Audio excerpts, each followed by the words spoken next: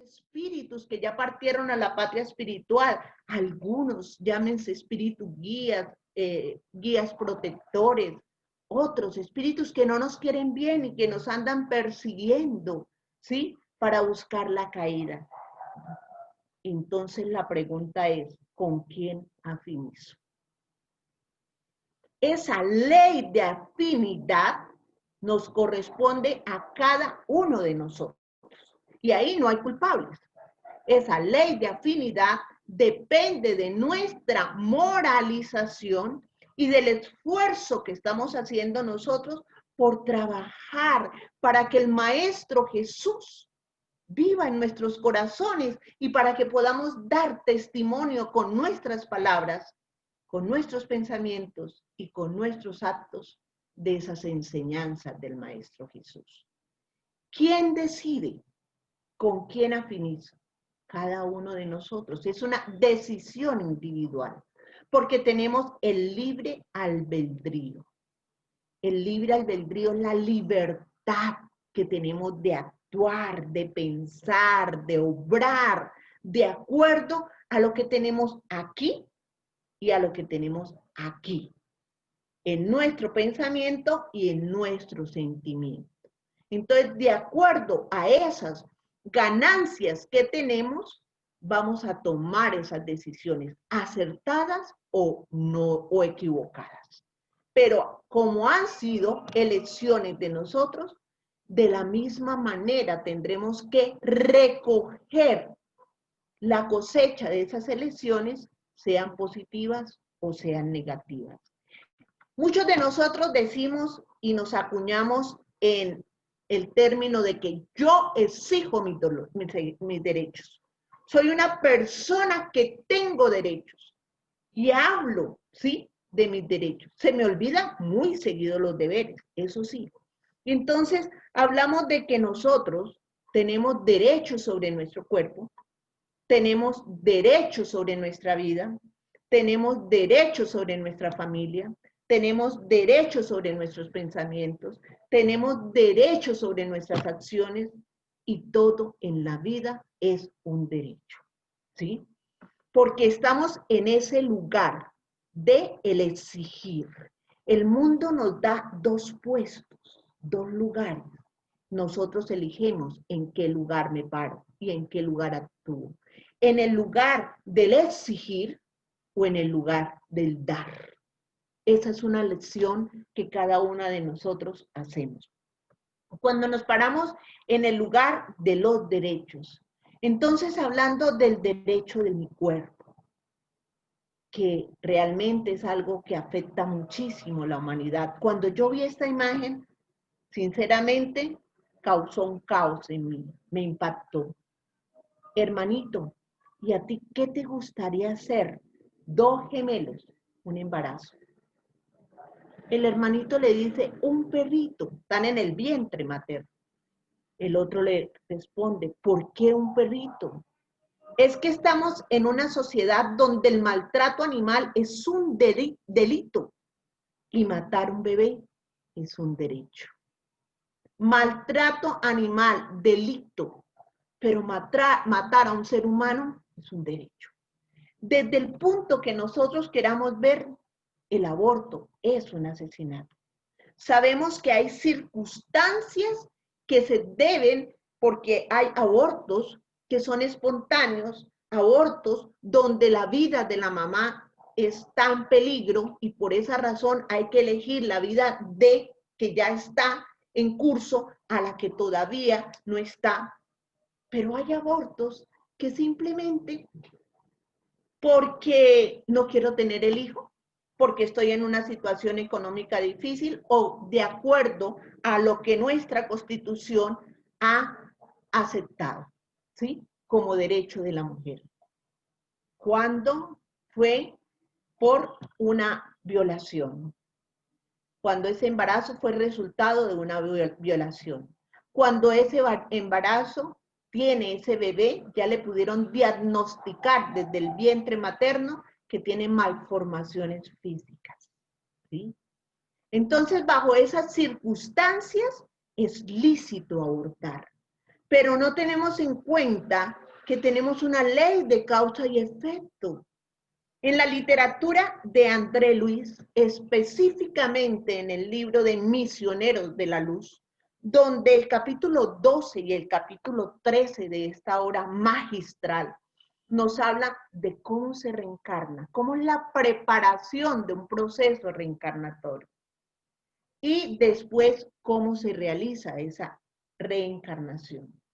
Y los espíritus guías nos explican que desde que se une el óvulo con el espermatozoide, ya había un espíritu asignado para ese cigoto que se ha formado.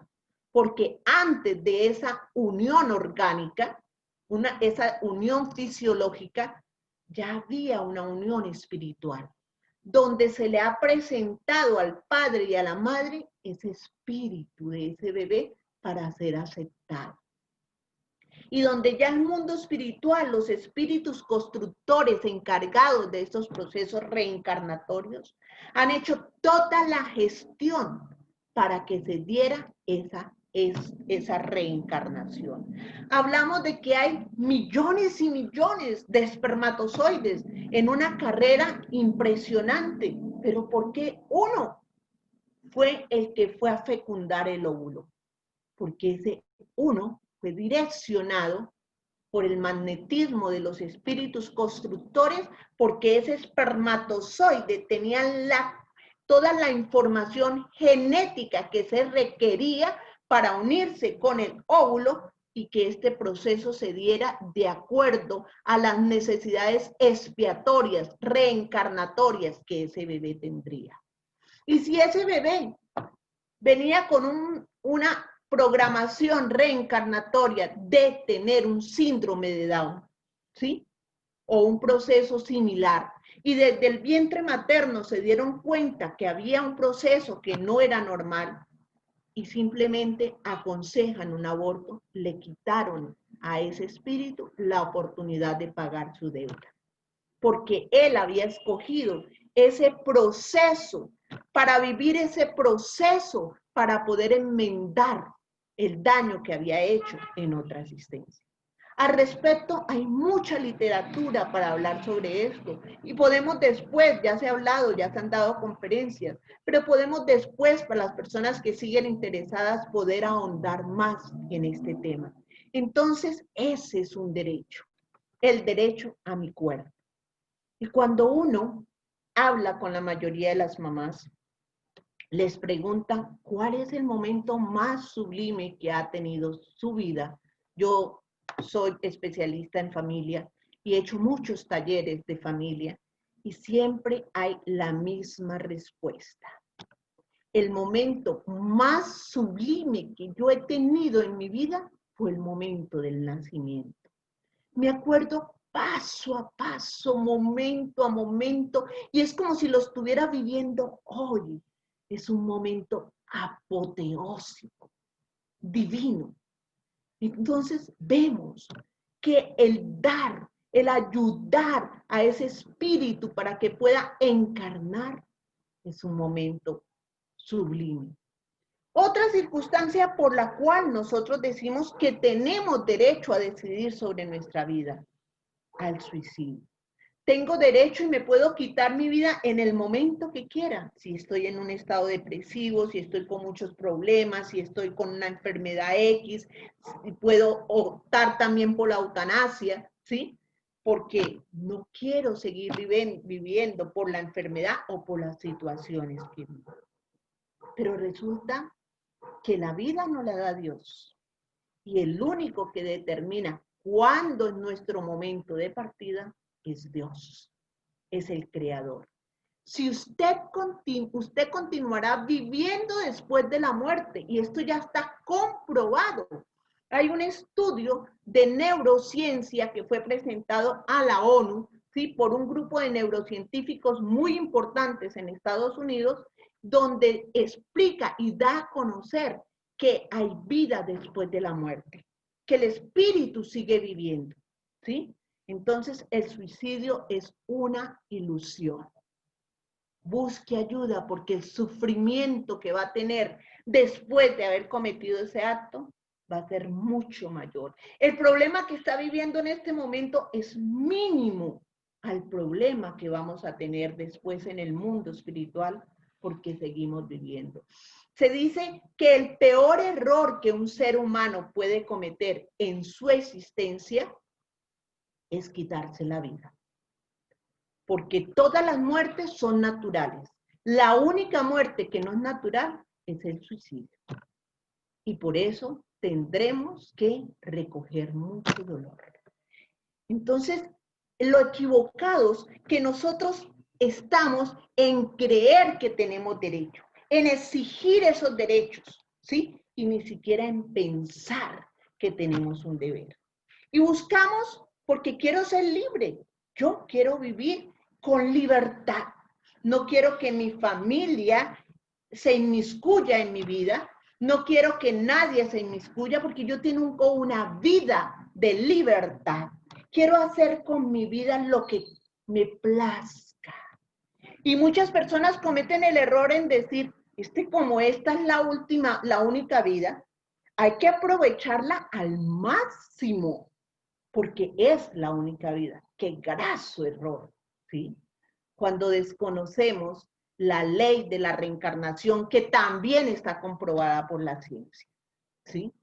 Entonces, como nos creemos dueños de nuestro cuerpo, caemos en vicios.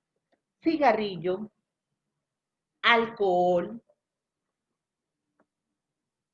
sexo desvirtuado, poder, dinero, nos dejamos llevar por la materialidad y nos convertimos en este momento que se ve mucho en esclavos de la tecnología, del celular sobre todo.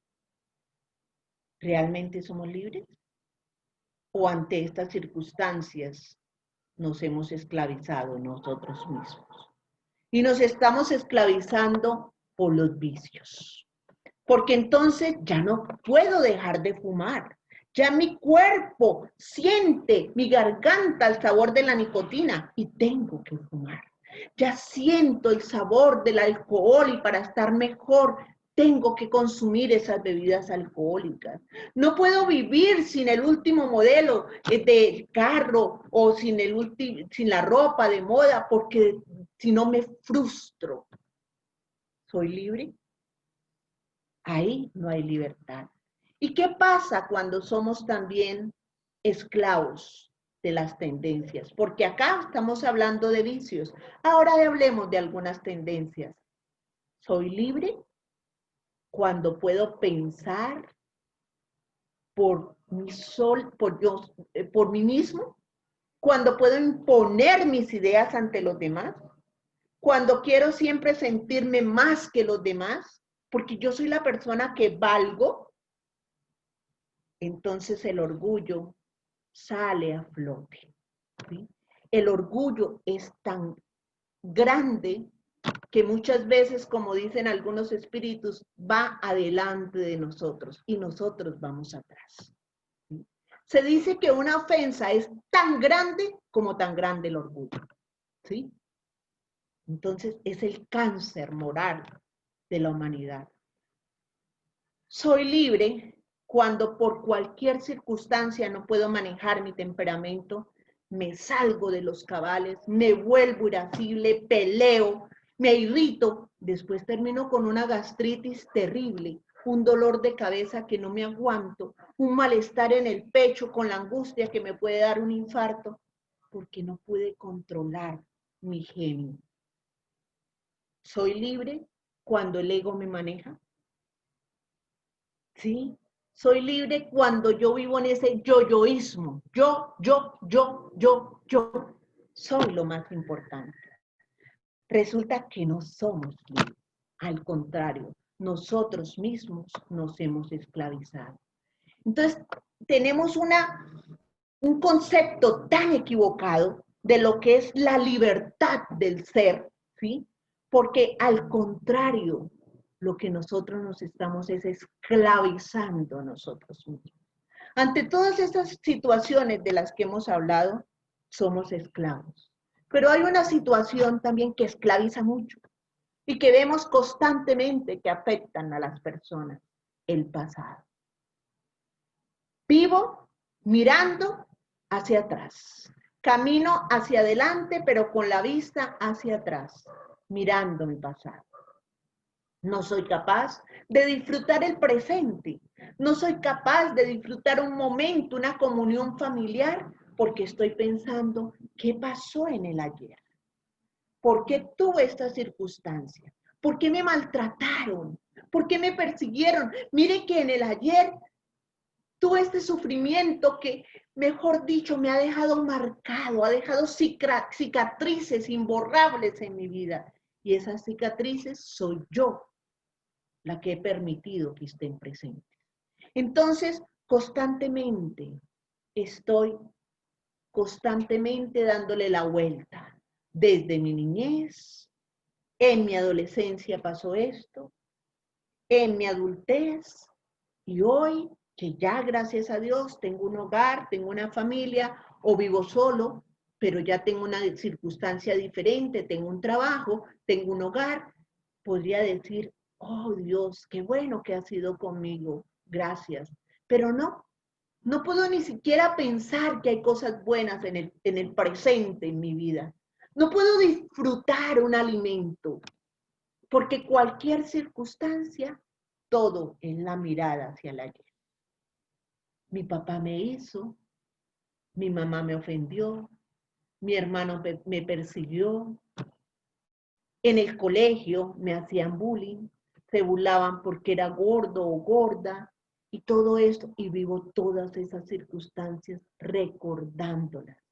Yo les pregunto, queridos amigos, ¿podemos cambiar ese pasado? Si en este momento tuviéramos una varita mágica, le pediríamos a Dios que nos diera la pildorita mágica, la varita mágica para cambiar ese pasado. Podríamos hacer toda la magia del mundo. Pero si ese pasado está aquí, grabado, y está aquí, nadie me lo va a cambiar. Podré ir donde psicólogos, donde psiquiatras, atenciones fraternales en el centro espírita, todo lo que quiera. Pero si yo no pongo el empeño, la fortaleza para decir, yo tengo que remover mi vida, tengo que levantarme y tengo que empezar un nuevo día, un nuevo amanecer, si no tengo el coraje de hacerlo, seguiré sufriendo. Y la opción fue mía, no fue de nadie más. Es como si yo cogiera mi vida y se la entregara a las personas con las que conviví en el pasado y les dijera, miren, ahí les dejo mi vida, sigan dañándola, sigan agrediéndome, sigan fastidiándome, que yo no quiero ser feliz. Pensemos, queridos hermanos, es el momento. Si vamos a mirar para el pasado, que sea para no cometer los mismos errores. Si vamos a mirar para el pasado, es para caminar por un camino mejor y no equivocarnos.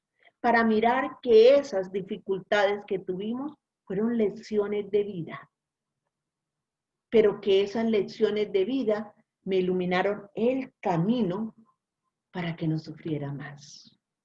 La opción de sufrir es mía, no de nadie más. No sigamos buscando culpables. El error de mi padre, de mi madre, quizás espíritus inferiores, quizás espíritus que sufrieron mucho, quizás espíritus en una infancia espiritual y cometieron todas esas dificultades y no supieron cómo debían actuar porque nadie les enseñó, porque estaban en esa infancia espiritual en una inmadurez psicológica, como hablábamos en otras conferencias. Pero eso no nos debe a nosotros dañar nuestras vidas, porque tenemos el raciocinio, la lógica y el amor para transformar esa vivencia diaria y para vivirla con alegría de vivir. para vivirla con la emoción de estar vivos, así sea un día de vida, así en el mismo día tengamos muchas circunstancias de dolor, pero vivimos, ¿sí? Pero tenemos seres a nuestro alrededor que nos aman.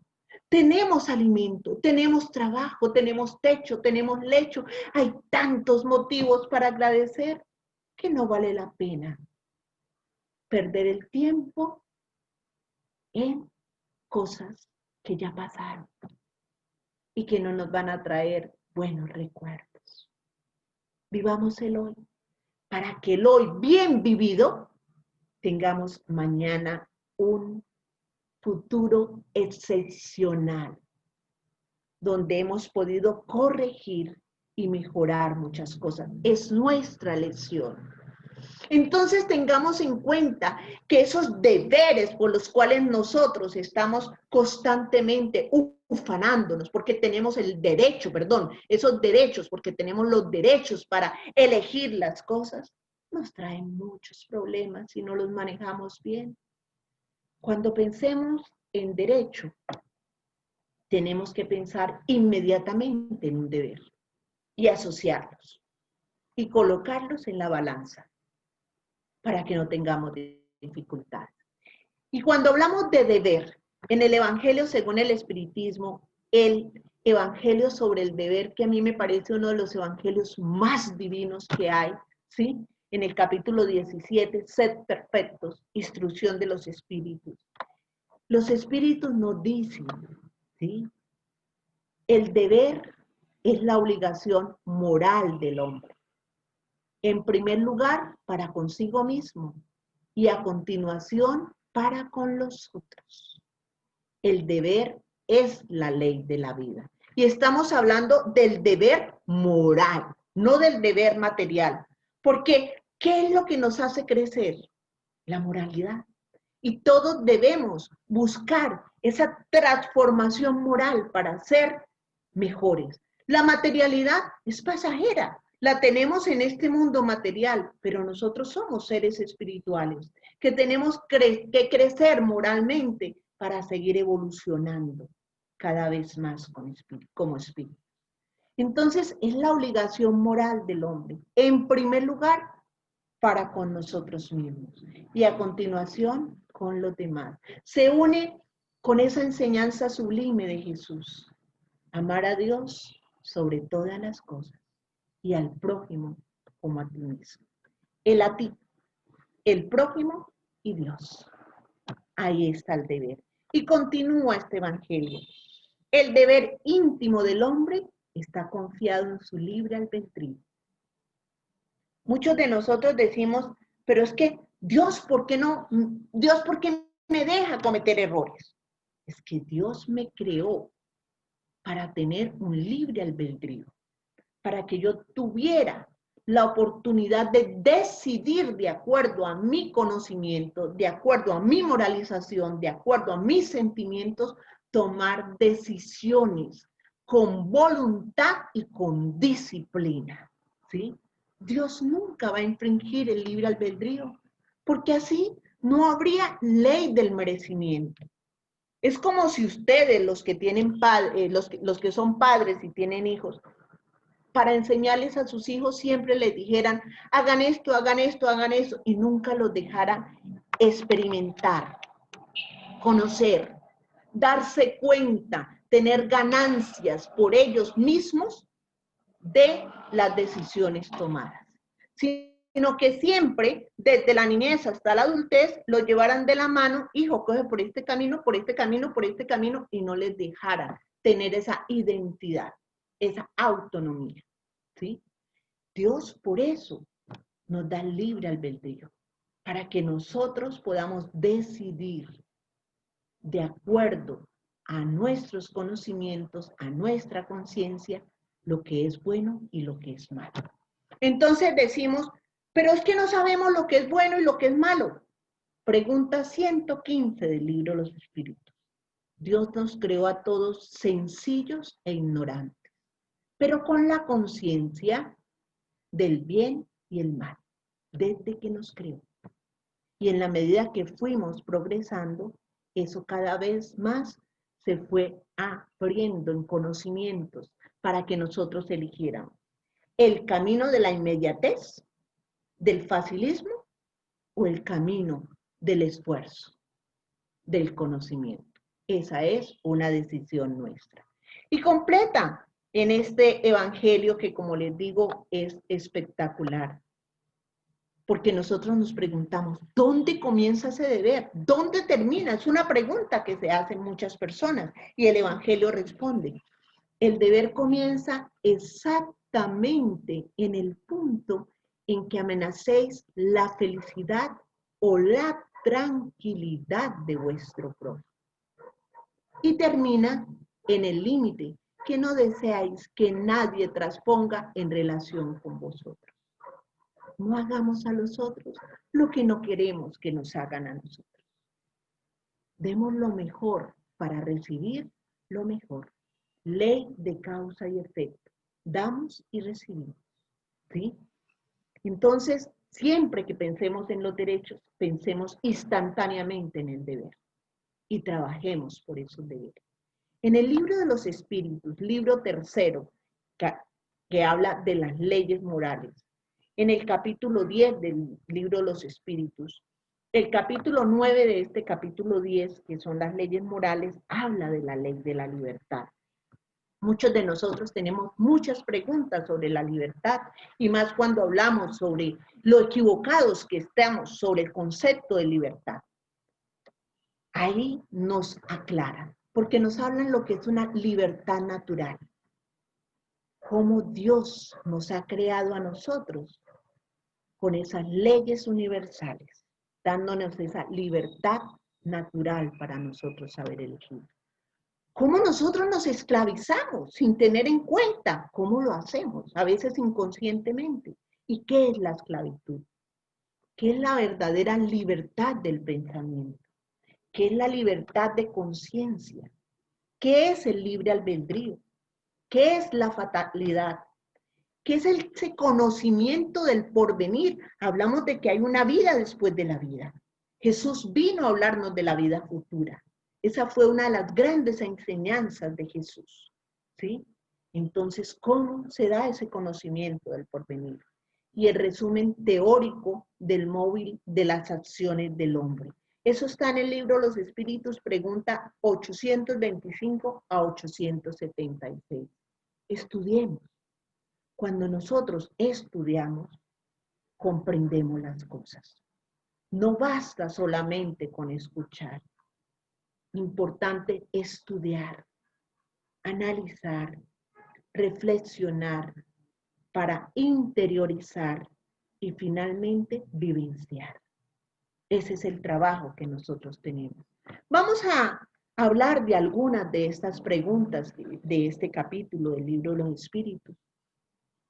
¿Hay en el mundo posiciones en que el hombre pueda jactarse de disfrutar una libertad absoluta? En ningún momento. Porque desde que nosotros entendemos, y nos lo explica la ley de la sociedad, que somos seres sociales por naturaleza, no podemos vivir solos. De una o de otra manera tenemos que relacionarnos. El ermitaño que vive en las montañas tiene que bajar por comprar sus alimentos y todo, tendrá que relacionarse en algún momento con alguna persona. Entonces, desde ese momento de que tenemos esa relación social, los unos como los otros, no podemos hablar de que tenemos una libertad absoluta. Acordémonos del evangelio de el deber, ¿sí? Que tenemos que respetar a los demás y hacer a los demás lo que queremos que nos hagan a nosotros, ¿sí? En esa relación uno a uno, damos uno, recibimos, pero siempre damos lo que queremos recibir. Eso es lo ideal, ¿no? En la 835, la libertad de conciencia es una consecuencia de la libertad de pensar.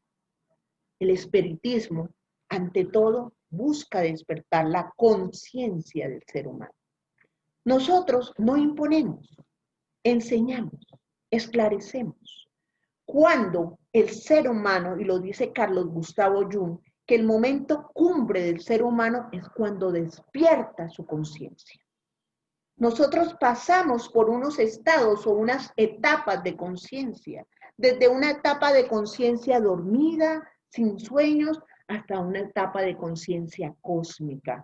O en palabras de Juana de Ángelis, desde una etapa de inmadurez hasta una etapa de madurez psicológica. Entonces, en ese momento, cuando nosotros despertamos esa conciencia, ahí vamos a tener la libertad de pensar sanamente, y un pensamiento lleva a una actuación. Es un proceso, ¿sí? Entonces, como seres creados por Dios, Dios nos ha dado esa oportunidad, que son atributos del Espíritu, de pensar, de amar, porque el Espíritu es el ser inteligente, el ser que ama, el ser que siente. En la 843, ¿tiene el hombre el libre albedrío de sus actos? Claro que sí. Desde que tenemos la libertad de pensar, desde que tenemos la libertad de actuar, tenemos libre albedrío, porque como dice ahí, de lo contrario seríamos máquinas, ¿sí? Entonces tenemos el libre albedrío. En la 844, el hombre goza de libertad absoluta desde su nacimiento. Desde su nacimiento no. La libertad empieza a gestarse en el ser humano desde que tiene voluntad para actuar. Y vemos que desde el nacimiento, en esa primera etapa infantil, los padres están ahí, ayudándolos, cuidándoles, supliéndoles sus necesidades, pero cuando ya ha crecido y tiene voluntad, ahí ya tiene libre albedrío, ya escoge por sí mismo, ¿sí?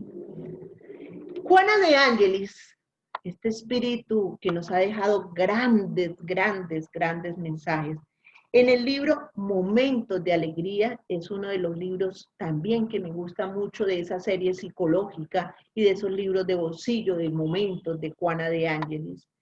Nos habla en el capítulo 4 sobre el libre albedrío. Y Juana nos dice, el sufrimiento es el resultado del uso erróneo que el hombre hace del libre albedrío. El sufrimiento es el resultado del uso erróneo que el hombre hace del libre albedrío. Y me acuerdo de una historia. Había una señora una vez que se quejaba mucho. Ay, tengo situaciones económicas, no me ayudan, mi familia no me comprende, tengo enfermedades, tengo problemas en el trabajo, tengo, y la pobre señora sufría inmensamente. Pero constantemente se quejaba. Es que mi patrón no me entiende, es que yo quisiera que actuara de esta manera, pero él actúa de esta. Todo era quejas para esa señora. No había nada bueno en su vida, pobrecita, porque realmente es un sufrimiento cuando no hay nada bueno en nuestras vidas. Y cierto día, que estaba muy afectada, pero ya tenía la cabeza así para estallar de tantas quejas, se le acerca un espíritu bondadoso, un espíritu de luz. Esta señora queda impactada. En primera instancia pensó, oh, ¿qué merecimiento tengo para que este espíritu se acerque a mí?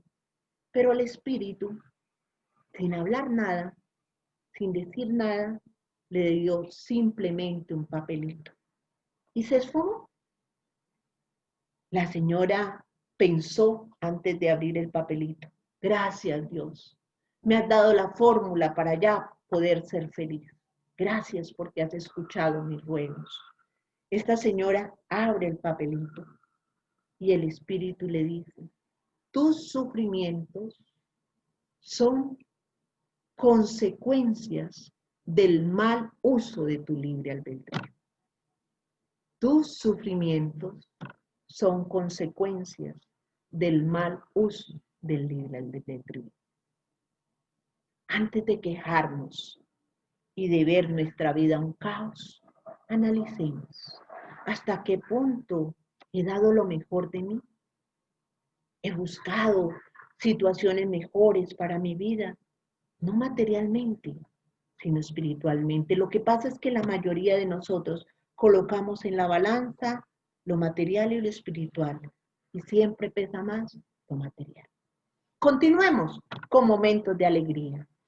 Entonces, nos dice también sobre el libre albedrío. La facultad de discernir contribuye a la responsabilidad de los actos practicados. Espectacular. ¿Quién es el responsable? Yo. Soy el que practico los actos. Soy el que elijo. Y tengo el discernimiento para optar por el bien o por el mal. Por la ley del facilismo o por la ley del esfuerzo. El ejercicio de la voluntad con la consecuente meditación de los deberes a cumplir se transforma en disciplina eficaz para el uso del libre albedrío. Si yo quiero trabajar en cómo puedo darle buen uso a mi libre albedrío para que no tengamos los inconvenientes de la persona, de la señora de la historia que les comenté, trabajemos la disciplina en los pensamientos, en las acciones. Trabajemos la voluntad para fortalecer. ¿Por qué tenemos que fortalecer la voluntad? Sí, porque muchas veces por falta de voluntad cometemos errores. ¿Sí? Por falta de voluntad, ¿cuántas personas? Nada más hablando de algo muy singular que le pasan a la mayoría de las personas. Voy a hacer una dieta porque necesito adelgazar, pero por falta de voluntad sigo engordando porque el dulcecito aquí, la mordidita acá y no tenemos voluntad para hacer las cosas. No tengo voluntad para estudiar, no tengo voluntad para levantarme todos los días, leer una parte del Evangelio, analizarlo, estudiar las enseñanzas de Jesús. La voluntad nos ayudará a aprender a hacer buen uso de nuestro libre albedrío y disciplinar esa voluntad. Juana de Ángelis también al respecto nos habla en el libro El despertar del espíritu, en el capítulo Actitudes Libertadoras. Ese capítulo también es extraordinario. Y la mentora nos dice, si nosotros aprendemos a educar y disciplinar la voluntad, lograremos transformar, porque aprenderemos a hacer buen uso de nuestro libre albedrío y nosotros mismos lograremos la verdadera libertad. Porque los que nos encarcelamos somos nosotros, por nuestras acciones y pensamientos. Nosotros mismos nos encarcelamos. Entonces trabajemos. En el libro Liberación por el Amor, ¿sí? De Juana de Ángelis también, en el capítulo de Plenitud de Vida, nos dice la mentora, nadie tiene derecho a disfrutar de una felicidad que no haya edificado. De la misma forma, solamente padecerá los sufrimientos a que se haga acreedor. Siembra y cosecha. La siembra es libre. Pensamientos, acciones, palabras, todas esas circunstancias que salen de mi interior hacia los demás, es una siembra. ¿Sí? Pero esa cosecha de esa siembra, que esa siembra fue voluntaria, será obligatoria para mí. Entonces, nadie puede disfrutar de lo que no ha edificado. ¿Sí? Entonces, nosotros no nos preocupamos por buscar la espiritualidad, pero queremos que la espiritualidad nos busque a nosotros y nos transforme. Es ilógico, ¿sí? Ayúdate que el cielo te ayudará. Hay un evangelio al respecto y se aplica para eso, ¿sí? Si queremos una vida mejor, cambiemos de pensamientos, cambiemos de actitudes, no nos veamos como víctimas, levantémonos, sacudémonos nuestras sandalias y sigamos caminando, pero hacia Jesús, que Él es el camino, la verdad y la vida, ¿sí? Conozcámonos. para poder ser cada día mejores. Entonces es un trabajo que debemos hacer día a día con nosotros mismos. El apóstol Pablo nos dice, todo nos es lícito, mas no todas las cosas nos convienen. Tenemos libertad de hacer todo lo que queramos, pero todo lo que hacemos no nos conviene. Nos ratifica el apóstol Pablo y nos dice, con tal asertiva, el mayor divulgador del Evangelio pretendía demostrarnos la importancia de la libertad de la escogencia. Una vez que si una persona quiere recibir de la vida felicidad, debe promover felicidad, paz y el amor, no solamente en sus acciones, sino también en sus pensamientos y conversaciones. Es esa coherencia que nosotros no hemos entendido, porque muchos de nosotros decimos, pero yo no hablo mal de nadie, pero pienso. Pero yo no le hago mal a nadie, pero me falta la indulgencia y cuando me encuentro con una persona y le hablo mal de esa persona.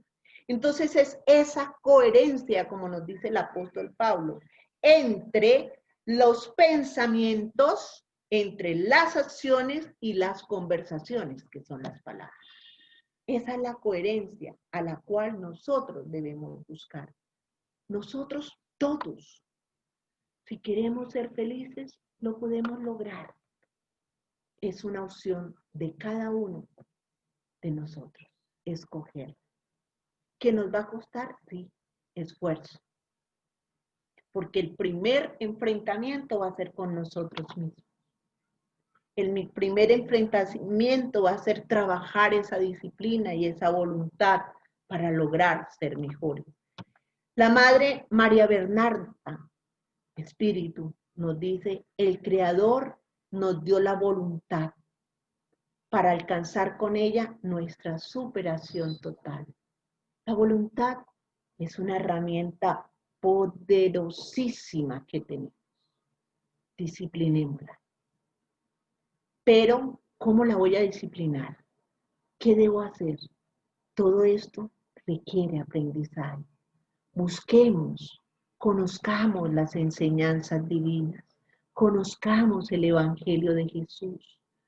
Podemos reformarnos, no necesitamos, como les dije ahorita, psicólogos, psiquiatras que son un aporte espectacular y de acuerdo a la necesidad que tengamos, hay momentos que los necesitamos y nos dan un apoyo increíble.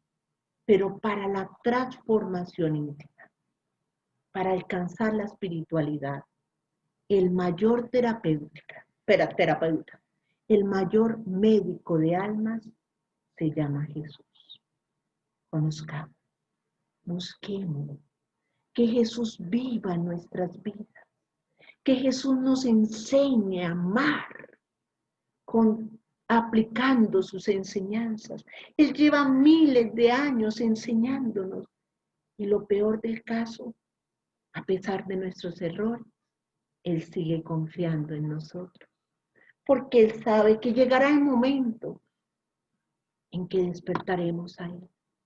Él siempre tiene la mano extendida para que cuando caigamos, darnos la mano para levantarnos. Él sabe que tendremos que aprender a manejar de la mejor manera nuestra verdadera libertad para ser personas íntegras. Este hombre que también dejó un legado en la humanidad, nos dice, Gandhi nos dice, no se nos otorgará la libertad más que en la medida exacta en que hayamos sabido en un momento determinado desarrollarla, nuestra libertad interna. O sea, no nos van a dar libertad hasta que nosotros no hemos aprendido a desarrollar nuestra libertad interna. Por eso cuando yo empecé, hablé de un cambio endógeno, de adentro hacia afuera. No cambios exógenos. No busquemos afuera. lo que no podemos encontrar. Todo está en nuestro interior.